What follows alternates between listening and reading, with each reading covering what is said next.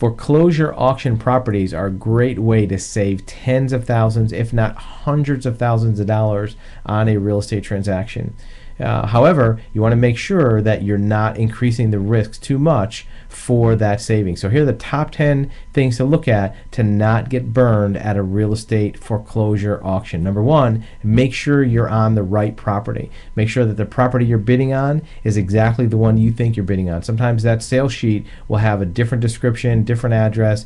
Sometimes when you're bidding, you won't even know which property it is. So make sure that the auction number, APN number, legal description is the right one. We've seen a lot of people that have bid on the property that is different than what they thought it was. Number two, understand the terms and condition of that auction. When do you have to pay the cash by?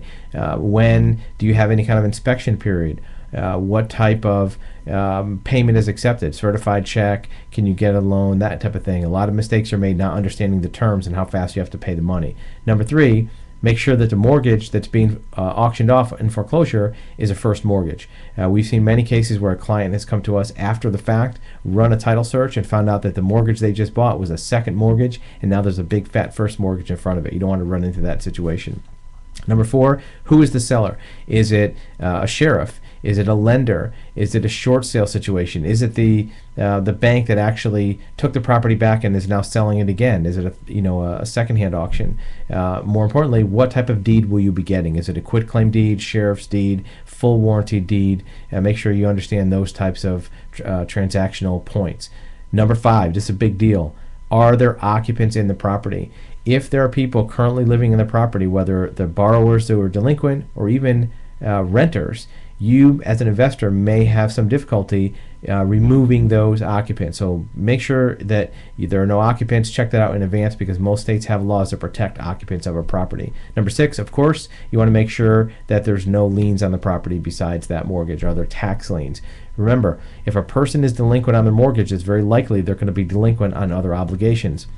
IRS taxes, mechanics liens, and maybe even credit card liens that accrue to that property. A lot of these liens are hidden, so get good legal advice or a good title search to scope out these liens. Number seven, try to do a guerrilla inspection. You're probably not going to be able to go inside and test all the AC units and the electrical on a foreclosure property, but do some type of guerrilla inspection. If there is an occupant in the property, see if you can knock on the door and have them voluntarily let you in.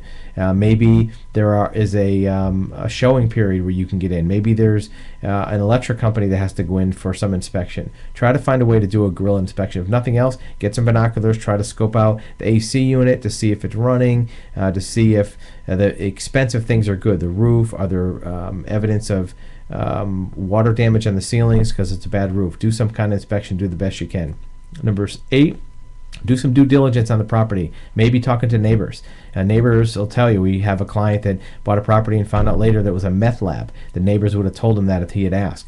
Cracks in foundations, any other type of use, you can find out from neighbors, maybe talking to other people that have access to the property, maybe prior tenants might help you out with that. Number nine, is there any record of permits on that property?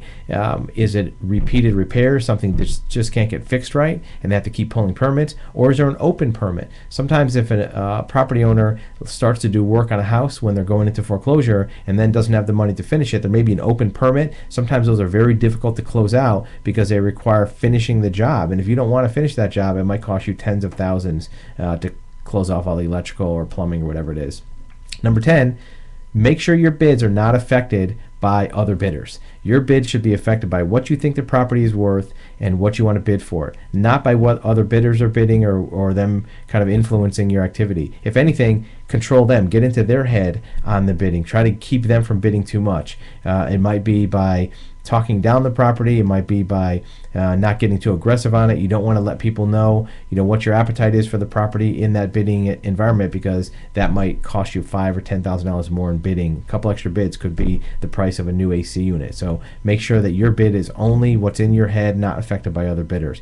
We wish you good luck on your foreclosure auction. If you have any questions about real estate titles or other document records, you can reach us at our website at titlesearch.com.